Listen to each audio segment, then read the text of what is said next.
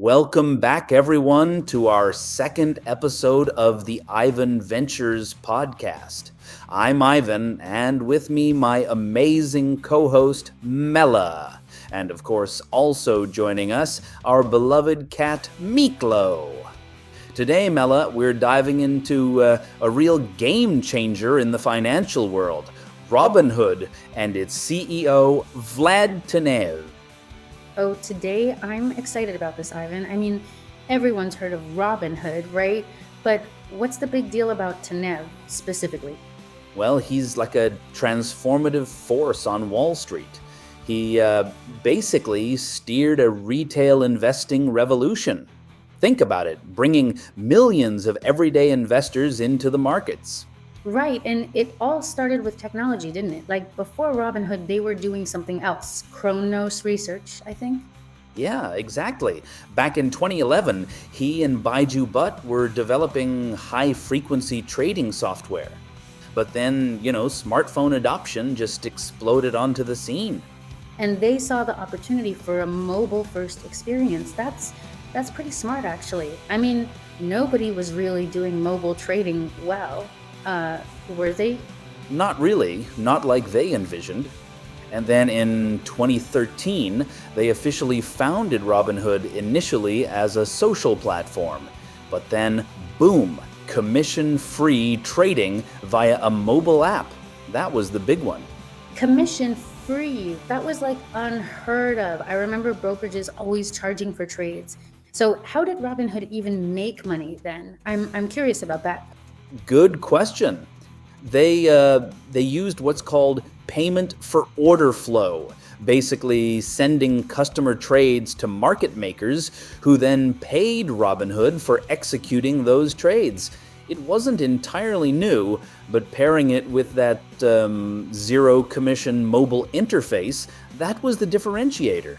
Ah, so that's why everyone flocked to them, right? Free trading, simple app. I remember E-Trade and Schwab had apps, but they weren't, as easy. Precisely.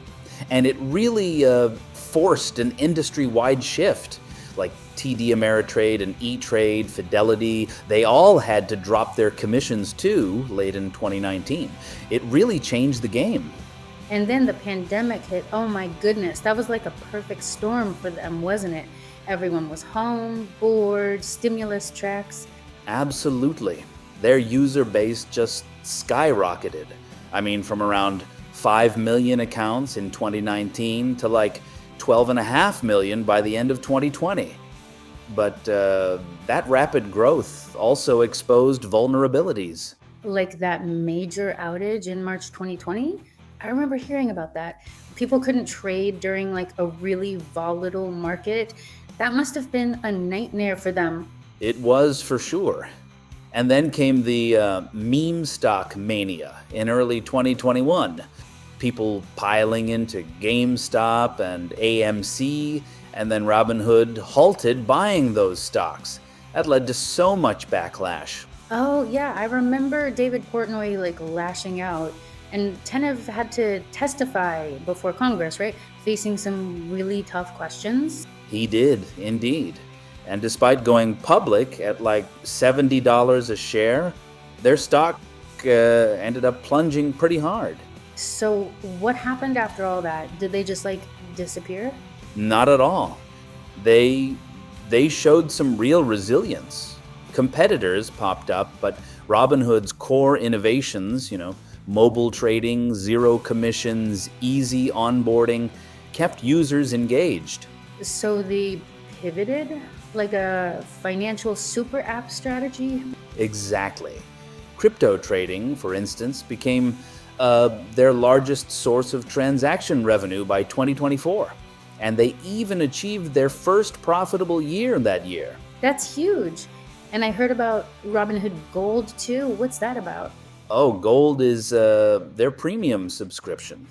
It used to be just margin trading and data, but now it includes things like higher yields on cash, a dedicated crypto wallet, 24-hour trading, even a gold-plated credit card. Wow, they're really expanding, aren't they? And what about Tenev's vision for the future? I heard something about Invest America? Yeah, it's pretty ambitious. He believes investing is going to be essential, especially if AI eliminates traditional jobs. So he's collaborating on this Invest America plan to create brokerage accounts for every newborn American, seeded with like $1,000. So basically, getting future generations into financial markets from birth. That's a big idea. It is, and they're positioning themselves to capture that massive wealth transfer from baby boomers to millennials and Gen Z. So, despite all the controversies and tech glitches, Robinhood really has like fundamentally reshaped how Americans invest, wouldn't you say? Absolutely, Mela. It's transformed from a Silicon Valley startup to, a multi-billion-dollar public company. It just shows how much influence everyday individuals now wield in finance.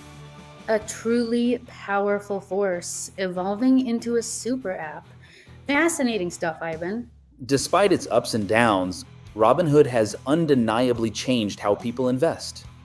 As a user, I've found the app simple and fast, with a sleek design that makes trading feel accessible, even fun.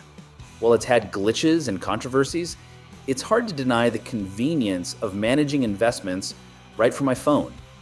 Robinhood isn't perfect, but for many everyday investors like me, it's opened the door to a world that once felt out of reach. All right, that's all for our second episode of the IvanVentures Podcast. Thanks for tuning in. Hope you enjoyed this episode. Please follow or subscribe and share it with someone who'd love these topics too. It really helps us keep going. Until next time, keep learning, keep growing, and keep building the life and business you deserve. You got that right, Mela. Thanks, everyone.